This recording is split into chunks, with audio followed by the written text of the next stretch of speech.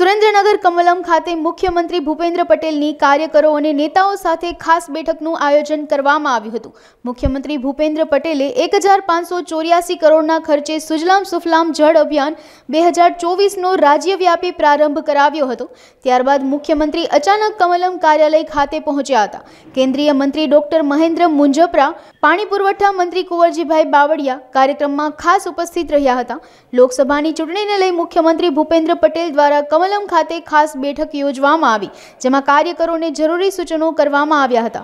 આપણા મુખ્યમંત્રી શ્રી હવે જે જિલ્લામાં પ્રવાસ હોય એ જિલ્લાના સંગઠન અને ચૂંટાયેલા પ્રતિનિધિઓની એક મિટિંગ કરે છે અને એ મિટિંગમાં બધાને મળવા માટે, આ જિલ્લાના કોઈ પ્રશ્નો હોય કે વાત હોય તો એના માટે અને બધાને મળી શકે એટલા માટે અહીંયા જિલ્લા કાર્યાલય કમલમ છે એમાં કાર્યકર્તાઓને હમણાં મળ્યા અને ખૂબ જ ઉત્સાહપૂર્ણ રીતે બધા કાર્યકર્તાઓએ જિલ્લાને જે આવડી મોટી ભેટ 1584 કરોડ રૂપિયાના કાર્યો, વિકાસ કામો છે અને પ્રકલ્પોની આજે અહીંયા લોકાર્પણ, ખાતમુહૂર્ત અને ઉદ્ઘોષણા થઈ, એના કારણે બધાએ મુખ્યમંત્રીશ્રીનું ઉષ્માભેર સ્વાગત કર્યું।